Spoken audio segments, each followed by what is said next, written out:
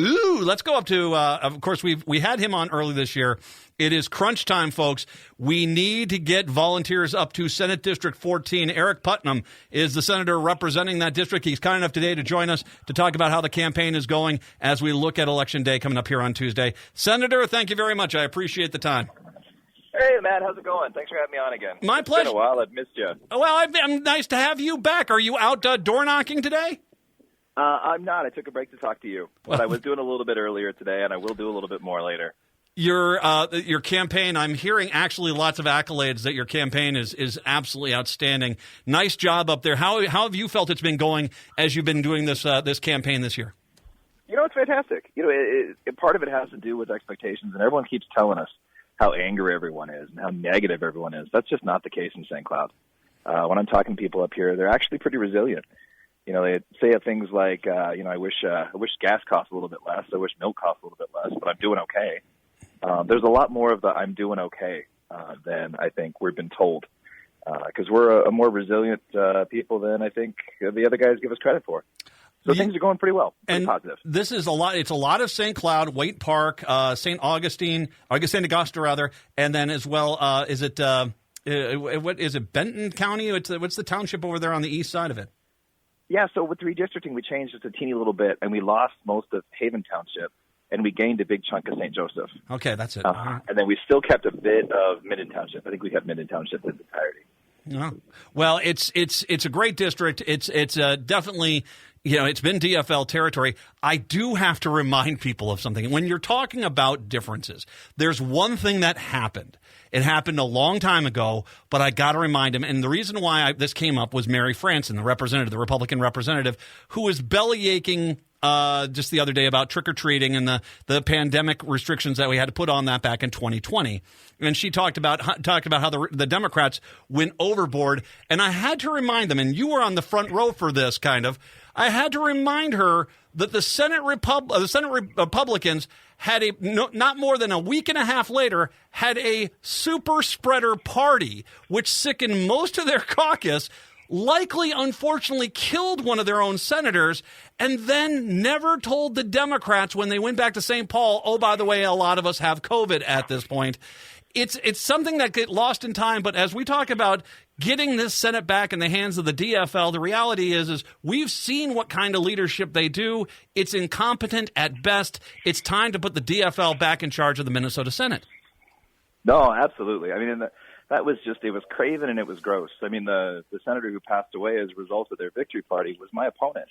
Good guy, Jerry Rolfe was. Mm-hmm. But he died because his colleagues are irresponsible. I mean, that's what it boils down to. This isn't really a question of ideology. I mean, it is on certain levels, but it's also just competence and being a reasonable person. And they were not when it came to some of the stuff that happened with COVID last time around. We could, the Senate's a co-equal branch with the governor, so his mask mandates didn't apply to us.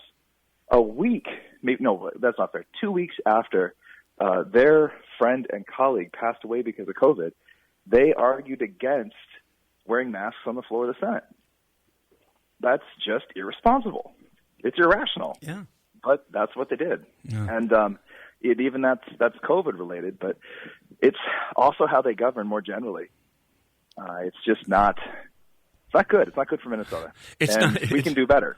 Exactly. It's not for the population. It's not for the betterment of us all. It's for individual choice at their level, which is not how you should do this. You, of course, that was then. I want to focus on this because you have done something which I think politicians, when they do it right, it gives them a great insight into the district. You've been knocking on the doors. Talk a little bit about what you're hearing about when you're going to talk to the constituents in your district. I was feeling pretty proud because we've knocked as a team, just my campaign, we've knocked around 28,000 doors. Nice. That sounds like a lot, doesn't it? That does sound awesome. And I was feeling really proud about it. And then I was hanging out with my friend Kelly Morrison, and she's like, oh, yeah, we're at 59,000. I thought, that's ridiculous. Why do you humble me so? I was so proud. But it is. It's a tremendous amount of doors and a huge number of conversations. And like I said earlier, the people aren't as mad as they're being told that they are. We are a strong people and an optimistic people, and there's no amount of extremist belly aching that can take that away from us. So the more doors you knock, the more actual people you talk to, the more democratic we feel. And that's one of the reasons why I'm so confident going into this election.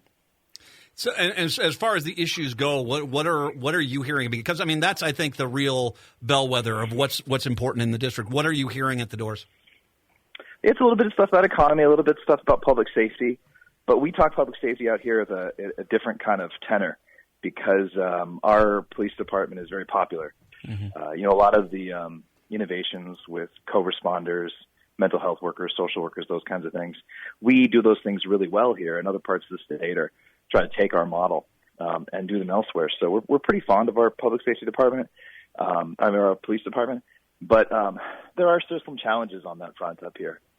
So it is something that people are talking a little bit about. But it's one of those things where I think people are talking about it because it's part of their life, but they're also talking about it a little bit more because of all the horrible mailers and the stuff that people are saying about it. Yeah, the one thing that contributes the most to some of our issues with public safety is the consistent Republican barrage that's going on about defunding it.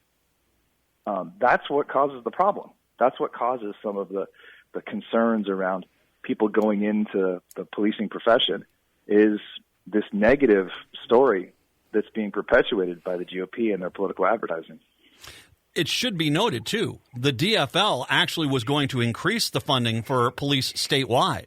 And it was the Republicans who basically turned their back on the police and voted that down and didn't go back and pass that bill, the public safety bill. And basically they were the ones who denied the increase in funding for police departments and county sheriffs across the state. Right, and they're not being honest about it, which I guess, for many of your listeners, it's not a huge surprise. But, they're being ridiculous. Some of the mailers they're still sending about me, I think there have been 17 or 18 just straight attack ad mailers that I've received just about myself. I'm sick of me at this point. But one of them, one of the themes that they're hitting is still that I supposedly am somehow anti-police, which is ludicrous. And they list these bills that I supposedly voted against, and one of them is increasing penalties on human traffickers. It says, liberal Aric Putnam voted against that. And it's hysterical because not only did I vote for it, I was the author of the bill. Well, heaven forbid a small little detail like that escape them. Right? But it's this story that they keep spinning out there, and I know that my neighbors and every other Minnesotan is too smart to fall for this. We are too grounded, too focused, and too smart to get played like the GOP is trying to do. Well, when they compare you to like you're a vampire at the same time, it's like, okay, they get so blurred. I was talking yesterday to Brad Tabke down in Shakopee, and of course you can imagine what he is up against, and it really is this, He's the melted face guy from the Indiana Jones films, and he's against effective tax policy. It's like you're kind of overselling it there. You gotta they throw everything at the wall, like you said, and they themselves become a caricature of themselves when they become so flamboyant with their descriptions. How about we say it like that? Well, that's great. There's a radio ad running about me right now that says. St. Cloud has the fourth highest murder rate in Minnesota, thanks to Aric Putnam.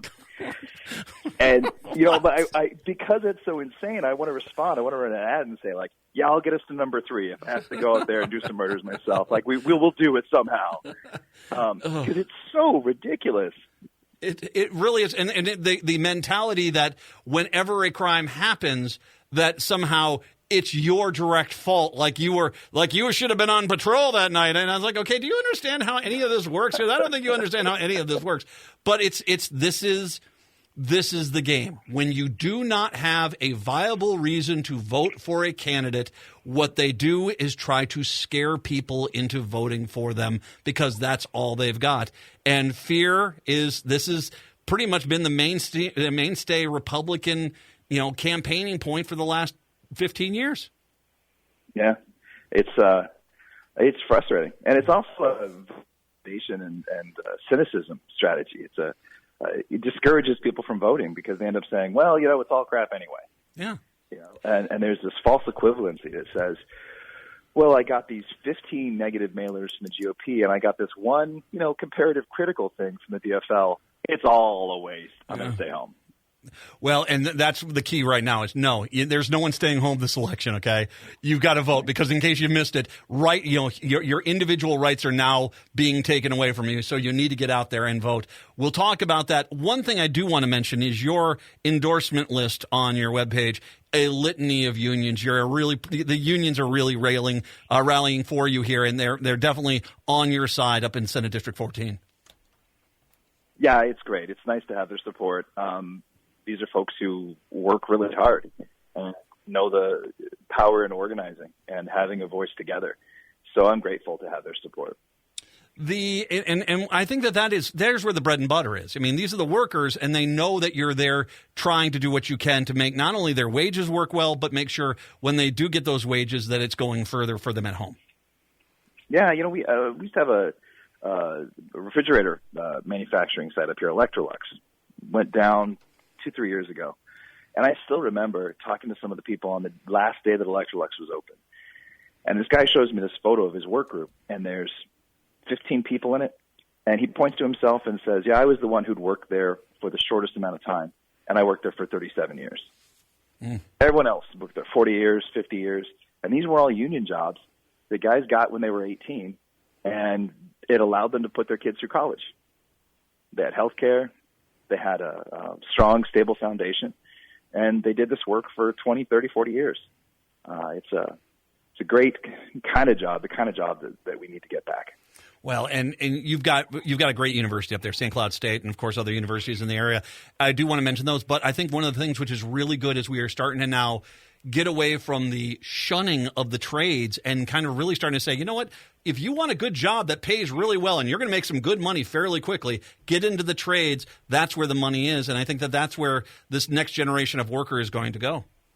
Oh, absolutely. Yeah, I think the future workforce development is flexibility. So, the average millennial is on a job for like 2.6 years, I read somewhere. So we need to have great jobs to get people started, but we also have to have opportunities for them to change careers or develop their careers as they do their job. So workforce development, I think, needs to be laddered. Mm-hmm. There need to be on routes and off routes at every stage of someone's career, because that's the way the economy looks, and that's the way our workforce is really headed. Last week, I had some friends that were out there doing some door knocking, and they were in a pretty much a slam dunk. DFL is going to win it by 40 district. I was like, okay, that's a mistake. It's over. We need to get the people out of these safe DFL districts and into all these toss-up districts. 14 is always it's been with the DFL. It's a tough win. You got to get up there and challenge. Let's talk about volunteer opportunities you have. I mean, it's just right up the interstate here. People can get up there in a little more than an hour. And what are you going to be doing some door knocking all through the weekend? Oh, absolutely. Yeah, every day. That's what we're doing. Nonstop talking to people. But we're also making phone calls and sending postcards. If you want to help from where you are and the hour-long drive is too much, we can send you some people to call. Nice. There are plenty of opportunities to get involved. And getting involved is incredibly important, not just for the outcome of this election, but also for people to feel a sense of belonging in where the state is going. Everybody's got some reason to help, some reason to get involved. And you meet cool people when you do stuff like this, especially in St. Cloud. So ignore all the other districts in the state. And just focus on St. Cloud, because as St. Cloud goes, so goes Minnesota. Well, I will say this. Aric Putnam goes back to St. Paul. The DFL's got a really good chance at winning the majority. So we need 14 is one of those linchpin districts. You need to get up there. And once again, God bless all the reps and senators in Minneapolis, St. Paul proper, in those first-tier suburbs, which basically are going to all go to the DFL. I am not saying you ignore them, but now is the time. It's time. The fish are cut bait time. It's time to go fishing, and it's time to get up into 14 and other districts, which are the challenge districts, and get up there and help. And as Aric just said, you can do this from your house, which is even great. I would say this, you got some good restaurants up there, though. If you're going to go up there, you want to go. There's some good places to grab some chow up there. And I'll say this, so Matt, you can come up too, and everyone you bring with you, I'll take you guys all out to a beer at Beaver Island. Collectively, I will. absolutely bribe every single one of you who comes out here to help. Okay, here's the deal for everyone who just listened. You have to go with me. All right, that's the deal. It's not you don't just show up on Eric's front door like, I need a beer. No, Homer Simpson. You can do that too. You can do that too. That's fine. Just get up here. So door knocking all day Saturday, all day Sunday as well? Yep. All right. So the webpage, if people want to get out there, volunteer, and help you out, even if it's just from home here in Minneapolis, making some phone calls, where do they go to find out information about this, Senator? So you can go to our webpage. It's aricformn.com. I spell my name funny. It's ARICFORMN.com. And there's a volunteer button. You click that, and you send a message to me and my friends, and then we call you and say, hey, come up here. Make some friends in St. Cloud. All right. I might be able to get up there. I'll let you know on the side here. I think I might be able to get up there on Sunday. This That'd is be great. ARICforMN.com, ARICFORMN.com. I will link to all this on social media. For goodness sakes, people, if you want this blue wave to happen, you have to go make it happen. That means two things. Volunteering in these lynch districts, the linchpin districts that you're out there, you have to go out there, that we have to win these linchpin districts, getting out there and helping, and then voting, getting out and voting. And as the senator said, don't get discouraged by all this. That's the whole point. Republicans need Democrats to stay home if they're going to win. Do not get discouraged. You have to get out and vote, correct? Absolutely. We got this. We totally have this. We just have to show up. Yeah. ARICforMN.com, ARICFORMN.com. Senator, all my best up there. I know it's going to be a productive weekend, and I look forward to having you in St. Paul in the next session. Thanks a ton, Matt. Thanks for having me on. I appreciate it.